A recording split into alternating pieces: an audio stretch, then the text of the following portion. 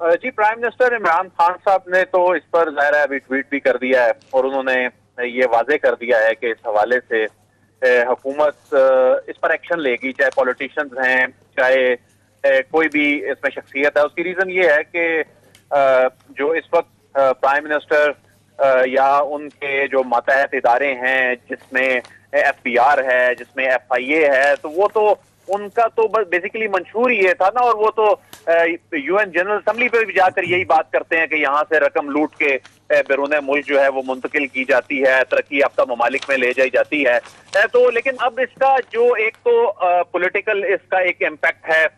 وہ اپنی جگہ ہے جس کو عمران خان صاحب نے خود ہینڈل کرنا ہے، لیکن اس کا جو لیگل جو اس کی ہیں امپلیکیشن وہ یہ ہوں گی کہ جو 7 پولیٹیشنز کے جو نام ہیں ان کے حوالے سے ظاہر ہے نہ صرف ایف بی آر ڈیل کرے گا اس کو، نہ صرف نیب اس کو ڈیل کرے گا، بلکہ الیکشن کمیشن آف پاکستان کی ڈومین میں بہت ساری چیزیں آ گئی ہیں۔ اس کی ریزن یہ ہے کہ اب دیکھنا یہ ہوگا کہ یہ جو آف شور کمپنیاں ہیں یہ کس دور میں ان کے پاس رہیں، کیا ان آف شور کمپنیوں کی ملکیت میں کوئی ایسی چیز تھی کہ جو ایسٹس کے زمرے میں آتی ہو، اس کا ظاہر ہے اپنا ایک امپیکٹ ہوتا ہے۔ تو یہ انہوں نے ڈکلیئر کی تھی یا نہیں کی تھی، اگر تو ڈکلیئر کی ہے تو اس کا کوئی ایسا نقصان دہ اثرات ان کے لیے نہیں ہوں گے۔ اگر وہ ان کے بیٹے کے نام پہ ہے تو الیکشن کمیشن آف پاکستان سے متعلق جو قوانین ہیں اس میں تو جو اہلیہ ہوتی ہیں ان کے نام پر جو چیز ہوتی ہے وہ ڈکلیئر کرنا ضروری ہوتی ہے، لیکن بچوں کے حوالے سے ایسا نہیں ہے۔ تو بچے جو ہیں وہ اگر اس کے مالک ہوں تو ان کی ایج کیا ہے، وہ ڈیپینڈنٹ میں آتے ہیں، ڈیپینڈنٹ میں نہیں آتے، تو یہ تمام وہ سوالات ہیں جس کے اثرات آنے والے کئی مہینوں میں سامنے نظر آتے رہیں گے۔ تو بہت سے لوگ ایسے بھی ہیں جن سے آئی سی آئی جے نے رابطہ کیا، انہوں نے ان کے سوالات کے جواب دیے۔ بہت سے ایسے لوگ ہیں جنہوں نے ایوائڈ کیا، یعنی جو ایوائڈ کرنے والے لوگ ہو سکتے ہیں جو جن کے ذہن میں یہ ہو کہ آگے جا کے اس معاملے کو لیگلی لڑنا ہے مختلف پلیٹ فارمز کے اوپر، تو ابھی سے جو جواب دیے جائیں گے وہ کورٹ ہوں گے، تو ایسے میں وہ ان کے لیے قانونی مسائل پیدا کر سکتے ہیں۔ تو یہ ایک دیکھیں 2016 میں جب پیناما پیپرز آئے تھے تو اس کے بعد یہ معاملہ 2018 تک اس کے نتائج جو ہیں وہ نظر آتے رہے، اس کا جو امپیکٹ ہے وہ نظر آیا، اس کے قانونی جو کانسیکوینسز ہیں وہ نظر آئے۔ تو یہ بھی ایسا نہیں ہے کہ ایک دو دن میں چیزیں جو ہیں وہ کوئی واضح ہو جائیں گی، اس میں بہت سی ایسی چیزیں ہیں جس میں ہو سکتا ہے کہ آنے والے وقت میں ہمارے مالیاتی امور سے متعلق پالیسیز بنیں گی۔ اس کی ریزن یہ ہے کہ یہ سوالات اٹھیں گے کہ یہ پیسہ جو ہے یہ تمام اشرافیہ کس طرح باہر منتقل کرتی ہے۔ ابھی ریسنٹلی ایف بی آر کے جو قوانین ہیں ان میں بڑی تبدیلیاں کی گئی ہیں، ہو سکتا ہے اس کا جو امپیکٹ ہے وہ اس صورت میں نکلے کہ ملک میں بڑے پیمانے پر کوئی پالیسیز متعارف کروائی جائیں، تو کوئی مہینوں درکار ہوں گے اس میں۔ اور جو بہت سے لوگ ایسے ہیں جو الیکشن کمیشن آف پاکستان میں سے ریلیٹڈ ہے جن کا معاملہ، تو یہ معاملہ بھی ظاہر ایسے نہیں ہوگا کہ الیکشن کمیشن آف پاکستان اس کو از خود ٹیک اپ کر لے گا، کوئی عدالت ٹیک اپ کر لے گی۔ اس میں ظاہر ہے کوئی درخواست گزار ہے وہ جائے گا اس معاملے کی، پھر اس شخص سے متعلق تحقیقات ہوں گی، یہ جرا ہوگی، تو یہ معاملہ مہینوں چلتا نظر آ رہا ہے۔ بالکل ملیحہ، آپ نے کچھ بات کرنی ہے عدیل سے؟ دیکھیں اس میں سب سے پہلے تو جو بہت امپورٹنٹ بات ہے وہ یہ کہ عدیل نے بالکل درست کہا کہ یہ جن لوگوں کی غلط فہمی ہے کہ ایک دو دن میں معاملہ ختم ہو جائے گا، ایسا ہونے والا نہیں۔ یہ معاملہ اب اس کے بڑے دور رس نتائج ہوں گے، اور عمران خان صاحب نے ٹویٹ میں بہت اچھا کیا کہ واضح طور پر اعلان کر دیا کہ ہم بالکل باقاعدہ انکوائری ہوگی، ایکشن لیا جائے گا۔ یہ بہت this is the only way to go about it. مطلب کوئی بھی خوددار حکومت ہو تو وہ یہی کام کرے گی۔ اب دیکھنا یہ ہے کہ یہ خوددار حکومت کس حد تک یہ کام کر سکے گی۔ نیب نے اور ایف آئی اے نے بڑا اچھا ابھی ریسنٹلی، جس طرح عدیل نے کہا کہ ایف آئی اے کے قوانین میں تبدیلی لائی گئی ہے، نیب اور ایف آئی اے کا بھی بڑا زبردست کنسورشیم بن رہا ہے جس میں آپریشنلی ایک کنسورشیم بنے گا کہ اگر آپ کو پہلے جس طرح ہوتا تھا کہ مادر پدر آزاد ہوتے تھے سٹیزنز، یہ جو کچھ بیڑا غرق ہوا اس ملک کا کہ غریب کا بچہ کوڑے میں سے کھانا ڈھونڈ کے کھاتا ہے، جبکہ ان کی آف شور کمپنیز اور ان کے اربوں کھربوں روپے دیکھیں، ان کے لائف سٹائل دیکھیں تو یقین نہیں آتا کہ یہ کسی شہزادے کی اولاد نہیں بلکہ عام پاکستانی ہیں جو کہ ہماری عوام کے پیسے پر کس طرح سے لوٹ مار کر رہے ہیں۔ تو یہ بڑی ایک اچھی اب نئی جو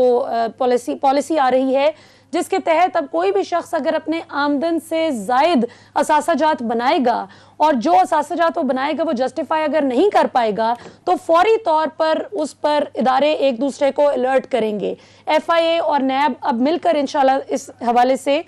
پاکستان میں رول آف لا کو قائم کرنے کی کوشش کریں گے. سو یہ عام سٹیزنز کے لیے تو عمران خان صاحب بہت اچھا کر رہے ہیں کہ جو نئی نئی تبدیلیاں لائی جا رہی ہیں. لیکن عدیل آپ کو کیا لگتا ہے کہ کیا عمران خان صاحب کی کابینہ میں بیٹھے ہوئے موجودہ جو وفاقی وزراء ہیں جن کے نام آئے ہیں، سابق وزیر صاحب بھی اس میں آ گئے ہیں، فیصل واڈا صاحب جو کہ عمران خان صاحب کے بہت کلوز تصور کیے جاتے ہیں، تو آپ کو لگتا ہے کہ کیا یہ عمران خان صاحب کسی اخلاقی جرات کا مظاہرہ کرتے ہوئے خود والنٹیرلی ریزائن کریں گے کہ ہم جب تک کلیئر نہیں ہو جاتے تب تک ہم اب اس منصب کے اہل نہیں رہے؟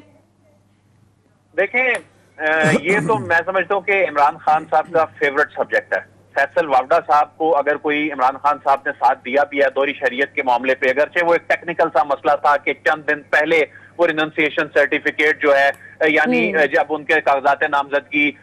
منظور ہوئے اس کے 2 دن بعد ہوا، تو اصولی طور پہ تو انہوں نے چھوڑ دی تھی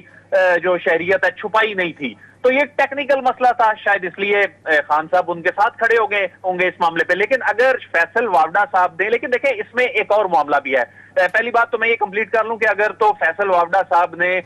یہ کمپنیاں چھپائی ہیں اپنے، انہوں نے جو اثاثے ڈکلیئر کیے ہیں اس میں یہ ڈکلیئر نہیں کیا،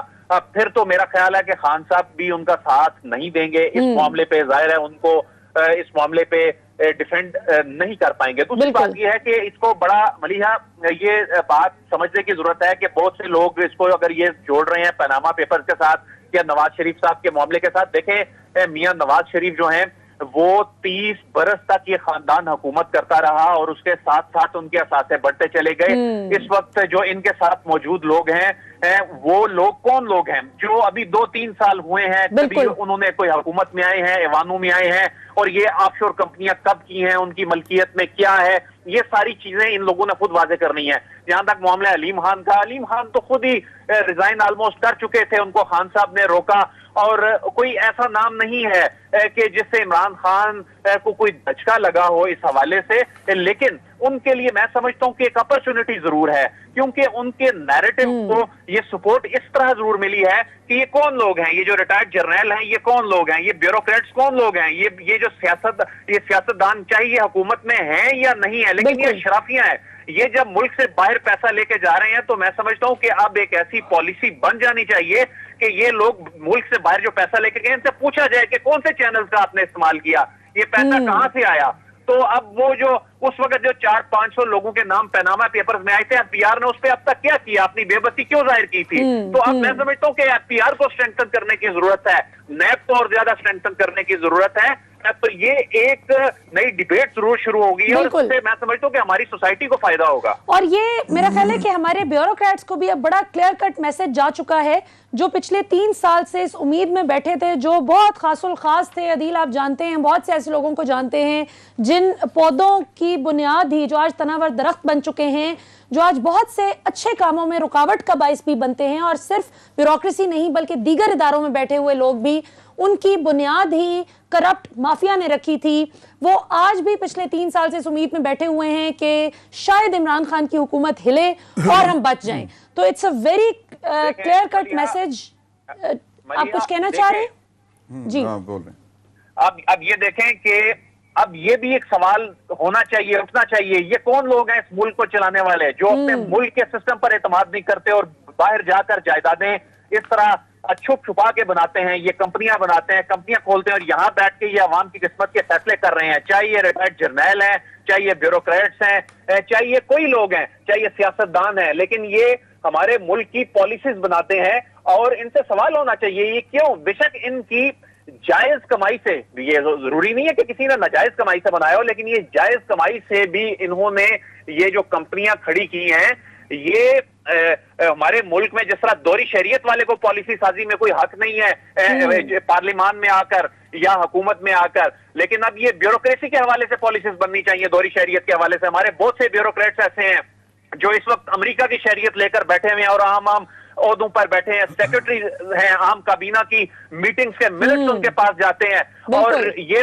تو بڑی یہ اب ڈیبیٹ شروع ہونی چاہیے کہ یہ کون لوگ ہیں جن کے اثاثے باہر ہیں, جن کے بیوی بچوں کے نام کے اثاثے باہر ہیں. اور یہاں پاکستانی عوام کے حوالے سے مطلب اب یہ شوکت ترین کا نام اگر آیا ہے تو یہ شوکت ترین صاحب کس طرح پاکستان کی معاشی پالیسیوں کے حوالے سے کس طرح ٹرسٹ کیا جا سکتا ہے اگر واقعی ان کی فیملی کے نام پر. عدیل ویری رائٹ, آپ نے رائٹلی پوائنٹ آؤٹ کیا ہے کہ ان لوگوں سے آپ کس طرح ایکسپیکٹ کرتے ہیں کہ یہ آپ کی ملک کی پالیسیز کس طرح چلائیں گے. مونس الہی صاحب نے جو جواب دیا آئی سی آئی جے کو, جو ان کو کوسچنر بھیجا گیا, اس میں ایک مزیدار جو ہے پیرا 3 ان کا سیکنڈ لاسٹ پیرا جو ہے ان کے جواب کا, وہ کہتے ہیں I have never been a tax resident in Pakistan nor have I ever been involved in any professional employment or business activities whatsoever in Pakistan. But he has got billions outside, billions of companies,